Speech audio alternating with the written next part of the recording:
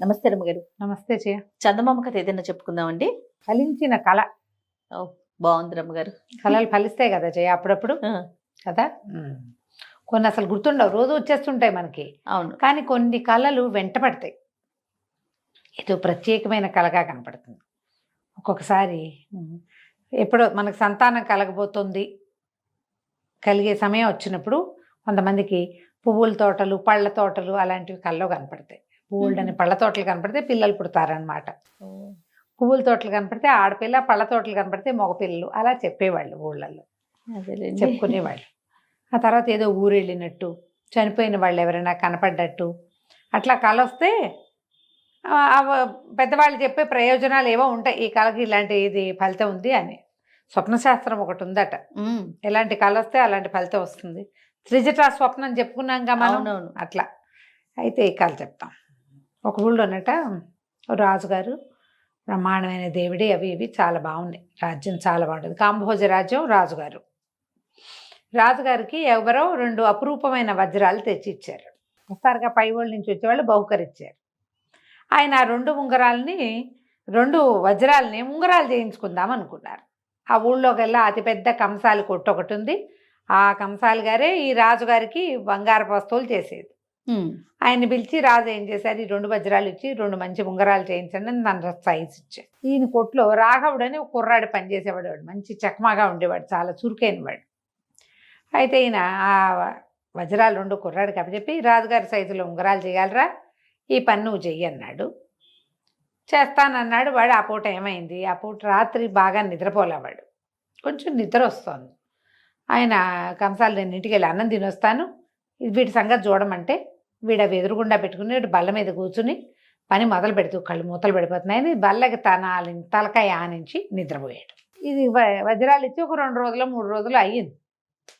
2వ రోజు అనుకో, రాజుగారు ఆ రోజు మారు వేషంలో ఊళ్ళో తిరుగుతున్నాడు. కంసాలి వాళ్ళు ఇప్పుడు బజార్లు ఊళ్ళలో ఎట్లా ఉండేవి అప్పుడు ఆ కాలంలో, ఎవరికి వారివే నుండి అంగళ్ళు. ఏ అంగడికి ఆ అంగడి అంటే ఈ రకం అంగళ్ళన్నీ ఈ లైను. అవును. అట్లా ఉండేవి బజార్లు. మనకు కూడా ఈ బందర్ బెదవాడలో అలాగే ఉండేవి. అవును రమ్మగారు. ఇప్పుడు కూడా మనం బేగం బజార్ వెళ్తామా భలే ప్రత్యేకంగా కనపడతాయి. పచారీ సామాన్లన్నీ ఓ వైపు, ఓలేను. ఇత్తడి కొట్లన్నీ ఓ వైపు, ఈ బంగారం ఇమిటేషన్ వస్తువులు దొరికేదంతా ఓ లైను. 1 గ్రామ్ గోల్డ్ కనపడుతుంది. బట్టలకు ఓ లైను. మనకు కూడా హైదరాబాద్ బ్యాంక్ స్ట్రీట్ అని లేదా, అట్లా ఉన్నాయి. ఈ కంసాలు సందు వైపుకి వస్తుంటే ఉంగరాలు ఏమైనాయో మొదలుపెట్టాడో లేదో చూద్దామని ఆయన కొట్లోకి వచ్చాడు. వస్తే కుర్రాడు కూర్చుని ఉన్నాడు, పని చేస్తున్నాడు అనుకుంటే కాదు, వాడు నిద్రపోతున్నాడు. ఈయన ఏం చేశాడు, అటు ఇటు చూసి వీపిది పెడేయమని కొట్టి ఒక్క అంగలో బయటకు వచ్చేసాడు రాజుగారు. ఈ కుర్రాడు అని అదురుకుని లేచాడు. మనం నిద్రపోతున్నప్పుడు పెడేయమని ఎవరన్నా కొడితే లేవం, లేచి మరి ఎవడరా నువ్వు మంచి కళ పాడు చేసావు దుర్మార్గుడా అన్నాడు. వాడు ఆ బల్ల మించి లేచి అది చుట్టుకుని వచ్చేసారు కల్లా రాజుగారు అవతలకి వెళ్ళాడు. కానీ ఆయనకు స్పష్టంగా మంచి కళ పాడు చేశావు అనేది వినపడింది. ఆ కళ ఏమిటో వినాలని ఉంది ఆయనకి. మామూలుగా భలే కళ వచ్చింది తెలుసంటే ఏం కళ వచ్చిందని అడగమా మనం. రాజుకి ఆ ఎక్సైట్మెంట్. వాడిని పిలిపించారు సాయంకాలం దేవుడిలోకి.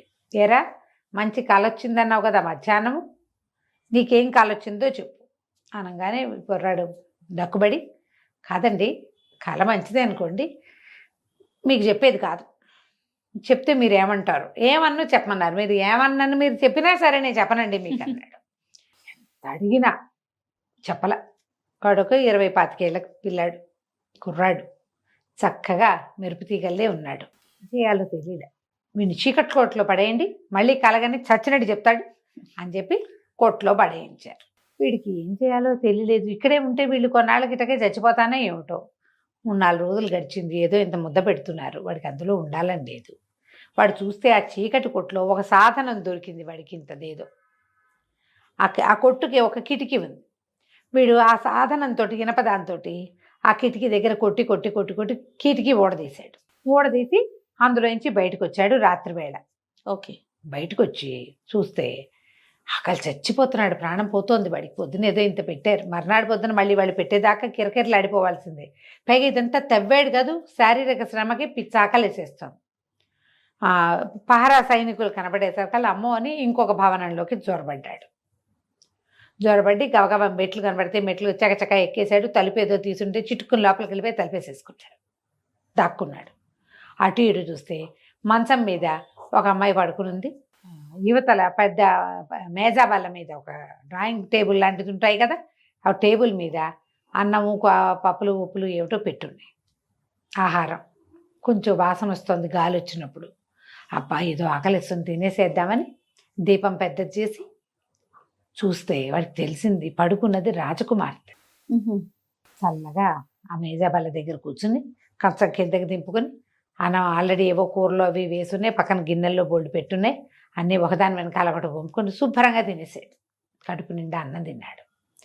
అన్నం తిని లేవబోతుంటే ఆ బల్లకి కాలు దగ్గర భళ్ళుమని శబ్దమైంది. గిన్నెలు పడ్డాయి. అదాటన రాకుమార్తె నిద్ర లేచేసింది. ఎవడరా నువ్వు అంది.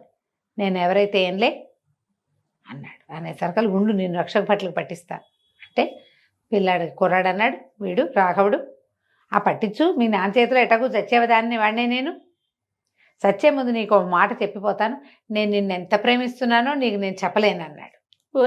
రాజకుమార్తెకి నవ్వొచ్చింది. ఇప్పుడేగా చూసేవంది. కాదులే నేను ఎప్పుడో చూశాను నిన్ను అన్నాడు. అనేసరికల్ అప్పుడు కొంచెం పరిశీలించి చూస్తే సన్నగా రేవటల్లో ఇంత ఎత్తునున్నాడు. ముక్కు మొహం బాగుంది, వాడి జుట్టు గిట్టు బాగున్నాయి, మాట కూడా బాగుంది. వాడికి ఇంప్రెసివ్గా మాట్లాడాడు. ఆడపిల్లలకి అట్లా వేసి మాట్లాడే వాళ్ళంటే ఇష్టంగానే ఉంటుంది. నవ్వింది. అన్నీ తిన్నావా, ఇదిగో ఇది కూడా తాగాని, అక్కడ ఏదో తాగడానికి ఒక రావక ఉంటే అది ఇచ్చింది, అది కూడా తాగాడు. తాగాక ఎవరైనా వస్తారు మరి, సరే నేను వెళ్ళిపోతానన్నాడు. మళ్ళీ ఎప్పుడు వస్తావు అని అడిగింది. రేపు వస్తాలే ఆకలిస్తే అని చెప్పి మర్నాటి నుంచి రోజు రాత్రిపూట ఆ కిటికీ ఊడ తీసుకుని నడుచుకుంటూ వచ్చి చీకట్లో రాజకుమార్తె గదిలోకి వెళ్ళిపోయి శుభ్రంగా పళ్ళెంతో పెట్టున్నవని తిని కబుర్లు చెప్పుకుని వాళ్ళిద్దరికి అచ్చంగాయలు ఆడుకునే వాళ్ళు కబుర్లు చెప్పుకునేవాడు. రాజకుమార్తె వీడి ప్రేమలో పడిపోయి ఉంది. ఈ ఇట్లా నడుస్తూ ఉండగా ఏమైందట, ఈ రాజుగారిది కాంభోజ రాజ్యం కదా, చిన్న రాజ్యం. పెద్ద చక్రవర్తి ఒక ఆయన ఉన్నాడు. ఇట్లాంటి 25-30 రాజ్యాలు ఆయన కింద ఉంటాయి. ఆయన ఏం చేశాడట, 3 గుర్రాలను పంపించి మీ రాజ్యంలో తెలివిగల వాళ్ళు ఉన్నారా, ఈ 3 గుర్రాలది వయసు కనిపెట్టండి, ఏది పెద్దదో ఏది చిన్నదో చెప్పాలి అని పంపించారు. 3 సమానంగా ఉన్నాయి, నల్లటివి, చక్క కుచ్చుతోకలు. రాజు చూశాడు, సైన్యాధిపతి చూశాడు, అశ్వశాలాధ్యక్షుడు చూశాడు, ఎవరికి తెలియదు. రాజుగారు మా అమ్మాయి భలే తెలివిగలది, అమ్మాయి కబురు చేస్తానన్నాడు. అమ్మాయి వచ్చి చూసింది. ఏమో నాన్న నాకు తెలియట్లేదు అని. కానీ పిల్ల తెలివిగలది, పట్టేసింది. ఏం చేయాలో తెలుసు దానికి, కానీ చెప్పల. వెళ్ళిపోయి ఎంతమందో తెలివిగల వాళ్ళని చెరసాలలో బారేసావు, ఎవడైనా చెరసాలలో తెలివిగలవాడు ఉంటే వాడిని కేకేసి కనుక్కోనాన్న అని చెప్పింది. ఇది సాయంకాలం జరిగింది. రాత్రికి మన కుర్రాడు రాఘవుడు భోజనానికి రాజకుమార్తె దగ్గరికి వెళ్ళాడు. రాజకుమార్తె అంది, రేపు పొద్దున్నే మా నాన్నకు నువ్వు గుర్తొస్తావు, పిలుస్తాడు, 3 గుర్రాలు ఉంటాయి, అక్కడ నువ్వు ఈ ప్లాన్ చెయ్యి అని చెప్పి కుర్రాడికి చెప్పేసి వాడి శుభ్రంగా అన్నం తిని తెల్లవారేసరికల్లా తన గదికి చేరుకున్నాడు చీకటి కొట్టులోకి. సరే రాజుగారు ఏ నేరాల మీద ఎవరెవరిని అరెస్ట్ చేశాము లిస్ట్ అంతా తీయండి, అమ్మాయి చెప్పింది కదా చూద్దాం ఎవడైనా తెలివిగలవాడు ఉన్నాడేమోనని. అన్నీ చూసాక గుర్తొచ్చింది ఆయనకి. చీకటి కొట్లో ఒక కుర్రాన్ని పడేసాము, శలాకలాగా ఉన్నవాడిని. వాడి శక్తి అయితే వాడి కళ ఏమిటో చెప్పలా మనకి ఏకేశ్వరుడు అన్నాడు. బతికే ఉన్నాడు, ఎందుకు బతికుండాడు, శుభ్రంగా రాకుమార్తె తినాల్సిన అన్నం అంతా తింటున్నాడు వాడు, నుండగా ఉంటాడు. పిలిచారు. పిలిచాక రాజన్న అడిగాడు, నీ కళ ఏమిటో చెప్తావంటే చచ్చినా చెప్పనండి అన్నాడు. సరే చచ్చకపోతే పోయావు, ఇగో ఈ 3 గుర్రాలు ఉన్నాయి మన దగ్గర, వీటిలలో దేని వయసు ఏమిటో చెప్పగలవా అన్నాడు. చెప్తానండి ఇదైతే అన్నాడు. ఏం చేయమంటావు, ఎట్లా చెప్తావంటే యవధాన్యం పట్టు తెప్పించండి, 3 ముందు యవలు పెట్టించండి, తిన్నాక చూద్దామన్నాడు. 3 ముందు 3 ఇంతంత ఇవి పెడతారు, చెక్క వాటిలలో ఇంత తొట్టెలలో ఉన్న దాంట్లో యవధాన్యం నిండా పోసి పెట్టారు. మొదటిది మొత్తం తినేసింది, రెండోది సగం తిన్నది, మూడోది అందులో మొహం పెట్టి అదేమిటో చూసి మానేసింది. యవధాన్యం ముదిరిన గుర్రాలే తింటాయి, ఓహో లేత గుర్రం తిందు.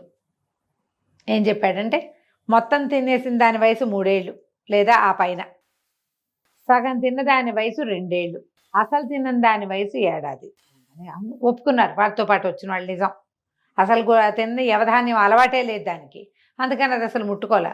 రెండో దానికి కొంచెం 1 ఏడాది వెళ్ళాక పెడతారు, కొద్దిగా తిన్నది సగం. మూడోది ఇప్పటికి 2 ఏళ్ళ నుంచి తింటోంది, అందుకని శుభ్రంగా తినేసింది. రాజు ఆశ్చర్యపోయాడు. కుర్రాన్ని మళ్ళీ అడిగాడు, నీ కళ చెప్పవా అంటే నేను చెప్పను అన్నాడు. మళ్ళీ వీడిని కొట్టో బారెండి తీసుకుపోయి అన్నాడు. మళ్ళీ వాడిని కొట్లో పడేశారు. 6 నెలలు గడిచినాయి. 5 నెలల్లో చక్రవర్తి గారి దగ్గర నుంచి ఒకడు వచ్చాడు, మళ్ళీ ఒకడు. రాజ్యంలో తెలివిగల వాళ్ళు ఉంటే ప్రశ్నకి సమాధానం చెప్పాలి. ఏమిటి 3 రకాల పళ్ళు తెచ్చాడు, 3 మ్మ్. యాపిల్స్ అవి. ఏ యాపిల్ ఎంత నిలవబడిందో చెప్పాలి, ఓహో. ఏది బాగా పండింది, ఏది సగం పండింది, ఏది పండలేదు మ్మ్. చెప్పమన్నారు. 3 పళ్ళు పెట్టారు, 3 ఒకటే రంగులో ఉన్నాయి. మళ్ళీ యువరాణి వచ్చి నవ్వుతూ చెప్పింది నాకు తెలియలేదు అని, కానీ తనకు తెలుసు ఇంకేం చేయాలి. అది రాత్రికి మళ్ళీ మరి రాఘవుడికి అప్పచెప్పింది రాకుమార్తె. తెల్లవారేసరికి రాఘవుడికి ముందు ఒకరోజు సమాధానం చెప్పాడుగా, పిలిచారు. మ్మ్. పిలిస్తే రాజుగారు అడిగారు, నీ కళ చెప్తావంటే నా కళ చెప్పనండి, మీకు ఏం కావాలో అడగండి అది చెప్తాను, కళ తప్ప అని చెప్తాను. ఈ 3 పళ్ళకి ఏ పండుకి వయసు చెప్పగలవంటే చెప్తానని ఏం చేశాడు, 3 పళ్ళని 3 గ్లాస్ బౌల్స్ తెప్పించండి, నిండా నీళ్ళు పోయిండని 1 2 3 పళ్ళని నీటిలో వేసాడు. మ్మ్. ఒకటేమో కింద కూర్చుంది పోయి, ఈ పండు అన్నిటికంటే ముసలిది, అలా అనుకోండి, కిందకి వెళ్ళింది బరువుగా ఉంది, ఇది లేతది అంటే ఇప్పుడే కట్ చేసుకుని తినచ్చు దాన్ని. మ్మ్. రెండోది సగం మునిగింది, సగం దాకా వెళ్ళి అక్కడక్కడ తిరుగుతుంది, దీనికి వయసు ఎక్కువ, ఈ పండు కంటే ఈ పండు పెద్దది. 3వ పండు నీళ్ళ మీద లేదు, పైన తేలుతుంది. బరువు లేదు, బెండులా ఉంది అది, ఇది అన్నిటికంటే పాత పండు. తెచ్చిన వాళ్ళు అవునండి అన్నారు. వాళ్ళ గుర్తులు వాళ్ళకు ఉంటాయి, వాళ్ళు గుర్తుపడతారు. అదేలేండి. అవును ఇది సమాధానం కరెక్ట్గా చెప్పామన్నారు. బాగు మ్మ్. ఇక చేసేదేముంది, సరే పంపించేశారు. మళ్ళీ అడిగాడు, కళ చెప్పంటే వాడు నేను చెప్పను అన్నాడు. రాకుమార్తె మేనేజ్ అవుతూనే ఉంది, చక్కగా రాత్రిపూట వస్తున్నాడు, తింటున్నాడు. తర్వాత చక్రవర్తి ఏం చేశాడు, 12 మంది చిన్నపిల్లల్ని పంపించాడు. 12 మంది ఒకటే రకం బట్టలు, ఒకటే రకం తల పనులు, హెయిర్ కట్స్, ఒకటే మొహాలు అటు ఇటుగా అంటే ఒకే ఏజ్. అదే. కానీ వీళ్ళలో ఆడపిల్లలు ఎంతమంది, మగపిల్లలు ఎంతమంది చెప్పమన్నారు. ఓహో. దీనికి ఎట్లా చెప్తారు, రాకుమార్తెని వీరికి చెప్పింది సమాధానం. మ్మ్. 3వసారి మళ్ళీ రాఘవుడిని పిలిచారు. పిలిచేసరికల్లా సరే రాఘవుడు వచ్చి ఏమన్నాడంటే, భోజనాలు పెడదాం, వీళ్ళకి చక్కగా భోజనం వడ్డించండి. సరే అందరికీ పిల్లలకి భోజనం పెట్టారు. భోజనం పెట్టాక భోజనం పెట్టే ముందు చేతులు కడిగించాలి. చేతులు కడగటానికి అందరికీ నీళ్ళు ఏర్పాటు చేశారు. రాఘవుడు ఏం చెప్పాడంటే, వేడి నీళ్లు పట్టుకురండి. మ్మ్. అందరినీ వేడి నీళ్లు పోసి చేతులు కడిగించారు. అమ్మో అన్న వాళ్ళందరినీ ఒక లైన్లో నుంచోబెట్టాడు.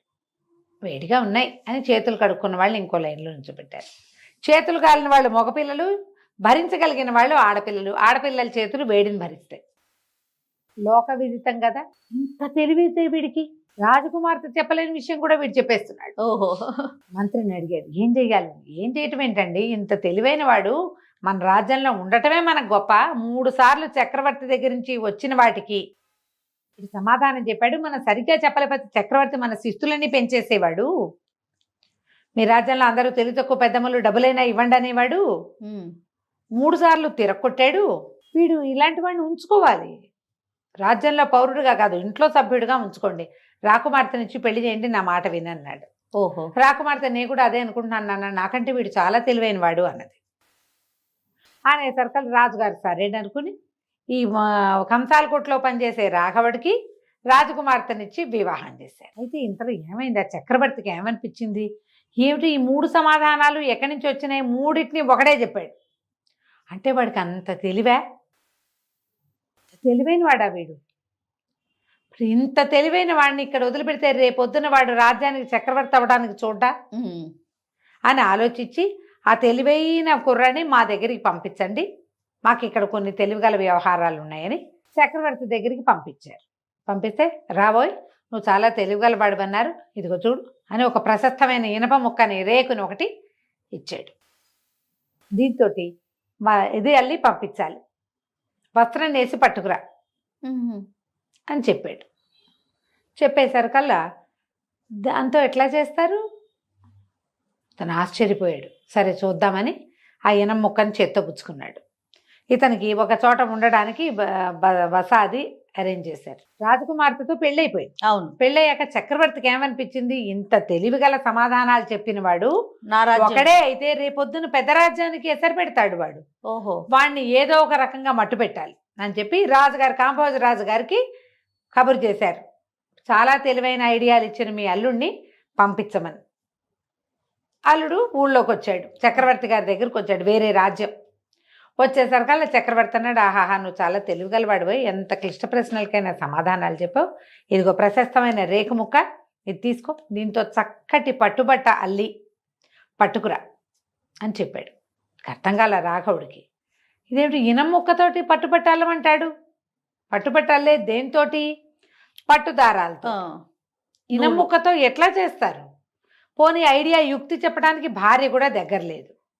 ఇతనికి ఒక బస ఇచ్చారు. ఆ బసలో అటు ఇటు తిరుగుతుంటే చక్రవర్తి గారి కూతురు వచ్చి మీ వివాహానికి జరిగినప్పుడు నీవి పటాలు అవి పంపారు, నువ్వు నాకు ఎంతో నచ్చావు, ఓహో నువ్వు చాలా తెలివిగలవాడివి అని మా నాన్న తండ్రి గారు చాలాసార్లు చెప్పారు.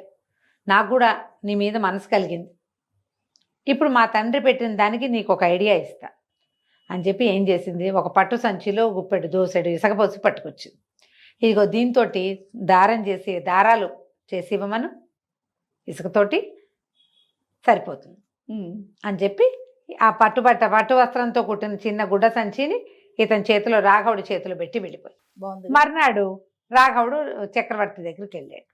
ప్రభు మీరు చెప్పిన పని చాలా సులువండి, ఇదిగోండి 2 గుప్పెళ్ళ ఇసుక, దీంతో మీరు దారాలు నేయించి ఇవ్వండి. దారాలు తీస్తారు కదా, దారం వడుకుతారు. ఏం చేస్తారు, మన పత్తి నుంచి దారం ఉడికి తీస్తారు, నూలు ఉడికిస్తారు. ఈ ఇసుక నుంచి మీరు దారాలు కనుక ఉడికించి ఇచ్చారంటే మీరు చెప్పిన పట్టు వస్త్రం ఇనం ముక్కతోటి నేను నేస్తానండి అన్నాడు. అనేసరికి రాజు తెల్లపోయి, అదేమిటి ఇసుకతో దారాలు ఎట్లా వస్తాయి అన్నాడు. మరి పట్టు వస్త్రంతో వస్త్రం ఎట్లా వస్తుంది, ఇనప ముక్కతోటి పట్టు వస్త్రం ఎట్లా వస్తుందండి ఇనం ముక్కతోటి అనేసరికి రాజు కనిపించింది. అమ్మో వీడు చాలా తెలివి కలవాడు అనిపించి మంత్రి కేసు చూశాడు. ఆ మంత్రి అన్నాడు, మహాప్రభు కాంభోజరాజు వీడి తెలివిని గ్రహించి తన తెలివిని గ్రహించే పిల్లనిచ్చి పెళ్లి చేసి ఇంట్లో పెట్టుకున్నాడు, అల్లుడు చేసుకున్నా. ఇప్పుడు మనం అక్కడ వదిలిపెట్టామనుకోండి రేపొద్దున మనకెసరు రావచ్చు. అందుకని ఈయన్ని మనం కూడా అల్లుడిని చేసేసుకుందామండి, రాజకుమార్తెని చక్రవర్తి కుమార్తెని పిలవండి అన్నారు. చక్రవర్తి కూతురు వచ్చింది. అమ్మాయి ఇతన్ని వివాహం చేసుకుంటామంటే నీ ఆజ్ఞ నాన్న, నువ్వు ఏది చెప్తే చేస్తాను అని అనగానే చక్కగా రాఘవుడికి చక్రవర్తి గారి కూతురికి పెళ్లి చేసేశారు. ఓకే. చక్రవర్తి కూతురుని తీసుకుని మన రాఘవుడు తన సొంత ఊరికి మావగారింటికి బయలుదేరి వెళ్ళాడు. యువరాణులు ఇద్దరు ఒకళ్ళనొకళ్ళు సంభావించుకున్నారు.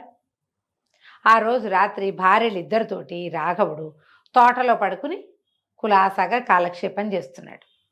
రాజుగారు వచ్చారు అల్లుడిని చూడడానికి.